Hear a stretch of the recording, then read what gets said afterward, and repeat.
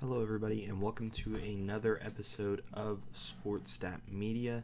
I am your host today, Andrew Emerson, and today we are going to be talking about the top 10 QB free agents in this 2020 class. So let's go ahead and get started. So number one, right now, we have Dak Prescott. Now, Dak Prescott, he's kind of a guy that not everybody is sure whether or not he is actually an elite quarterback, but in the 2020 season he had really great stats, 30 touchdowns, 11 interceptions, and performed ahead of most expectations. They were expected to rely heavily on Ezekiel Elliott, but with Kellen Moore stepping in there, he performed better than expected. So with my prediction, I think that he will be going back to the Cowboys. Obviously, they like him there and can sign him to a long-term deal to be the QB for the next 4 or 5 years. Next up, we have kind of the biggest wild card in NFL free agency, and that is Thomas Brady, a quarterback that a lot of people consider to be the GOAT of the football world.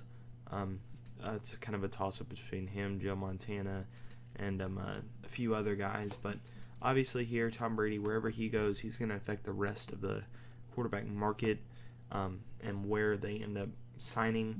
So for my prediction here, I have him signing with the Buccaneers. Obviously, he wants to get his money, but he also wants to still be able to have a chance to win. The Tampa Bay Buccaneers really give him the best chance of success. They had a really good team last year with Mike Evans, Chris Godwin, and that wide receiver position locked down. Obviously, O.J. Howard hasn't really performed up to expectations, but he will get there, I feel. And we also have Cameron Brate at tight end there, too. They have an okay offensive line. They might potentially upgrade it 2020, 2021. And it's kind of a nice, Florida's like a nice older person retirement place. It's not going to be like New England. The weather is going to be nice, so he'll be able to succeed there. Next up at number 3, we have another really good older quarterback, and that's Phillip Rivers. Now, Phillip Rivers was on the Chargers for a long time, but the organization decided to let go of him this season. I can see him going to kind of a contender, which is why I have him going to the New England Patriots here. They're had a good year last year. Maybe performed below the expectations of most people, but with Phillip Rivers stepping in there, he'll be able to perform not as good as Tom Brady was last season, but in a lesser type role. They still have Sony Michel, James White, and N'Keal Harry, and a few other guys at that wide receiver position that should be able to kind of help him migrate into the New England atmosphere. Next up at number 4, we have a guy in Ryan Tannehill, who performed better than expected with the Titans. He was expected to be a backup that would compete with Marcus Mariota, but not actually take the starting job. He performed well over the expectations, had the highest pass rating in the league, and overall was just very accurate and a little bit mobile in the pocket. He got him all the way to the AFC Championship game, so he performed very well. I've seen today, after the new CBA was signed, that he has signed a 4-year deal, so my prediction is correct. He will be going back to the Tennessee Titans, and that gives them the flexibility to re-sign Derrick Henry if they believe that that is something that they want to do. But overall, this is a very good signing for the Tennessee Titans as they lock him up, but not for too long of a deal.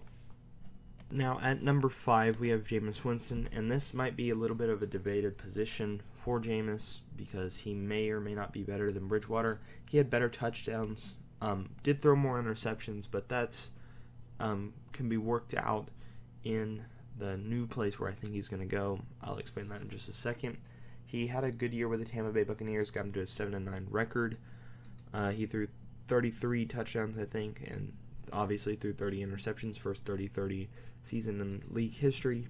But I think he performed better than most people expected him to. He has performed many surgeries this offseason, and I expect him to get better, which is why I see him going to the Las Vegas Raiders.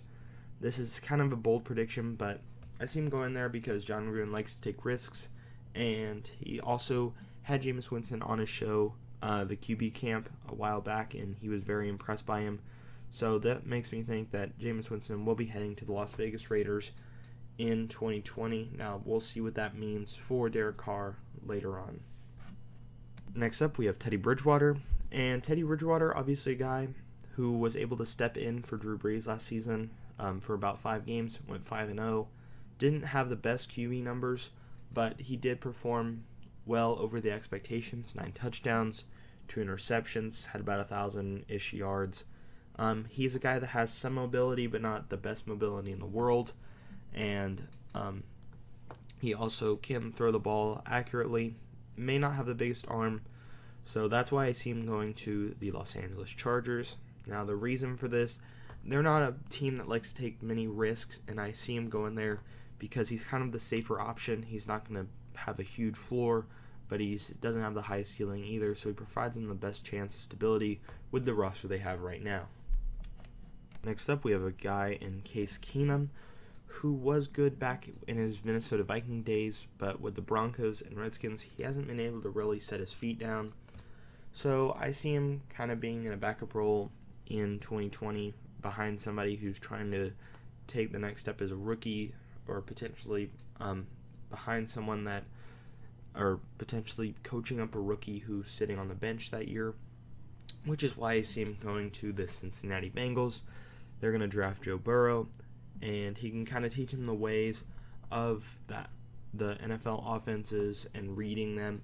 Obviously, Joe Burrow makes good decisions, and I feel like Case Keenum does most of the time. He may dump it off a lot. We don't really know as much about him as some of the other quarterbacks. We know that he might be a little bit of a risk, but that's why I see the Cincinnati Bengals taking him here in free agency.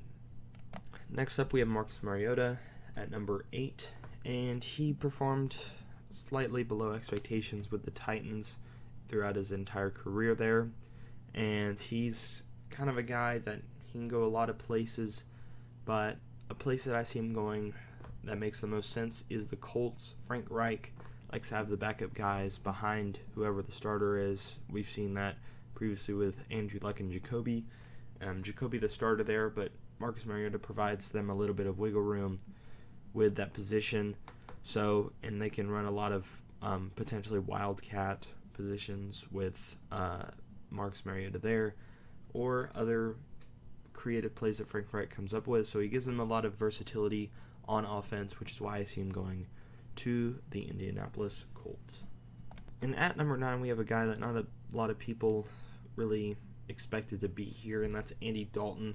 Now, he is the Red Rifle, obviously a guy that performed okay throughout his career. He's average. He's not really above or beyond what most people expect, but he is going to be kind of a serviceable starter for you, which is why I see him going to the Saints. They're going to bring back Drew Brees, and he can potentially be a guy for the Cincinnati Bengals who will be able to perform well, maybe not above expectations, but after Drew Brees retires, he can kind of take over that role for them and kind of show his worth. He should put up nice numbers, but not really like superstar numbers. But they obviously have Kamara, Michael Thomas there, a lot of good weapons for him to use in his time with the New Orleans Saints. And finally in here, I included a trade option, and so the guy I'm going to go with is actually Derek Carr. And Derek Carr, obviously a guy, I don't think him and John Gruden really mesh well together in that system, which is why I'm obviously choosing Jameis Winston to go to the Raiders. They obviously would have to trade Derek Carr, and the place I see most fit for Derek Carr is actually going to be the Chicago Bears. The Chicago Bears are in kind of a place where they have a QB in Mitchell Trubisky, but he's not really an above average starter. He's just right at that average line. And here, Derek Carr is going to give them some flexibility in what they can do. He can fight for backup role, or he could potentially take the starter and lead them to the playoffs or even beyond. They have a great defense. They just need kind of that guy to solidify it for them and take them all the way.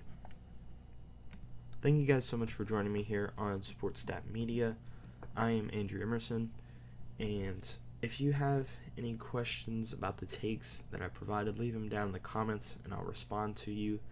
Obviously, while you're down there, you can go ahead and subscribe and like the video.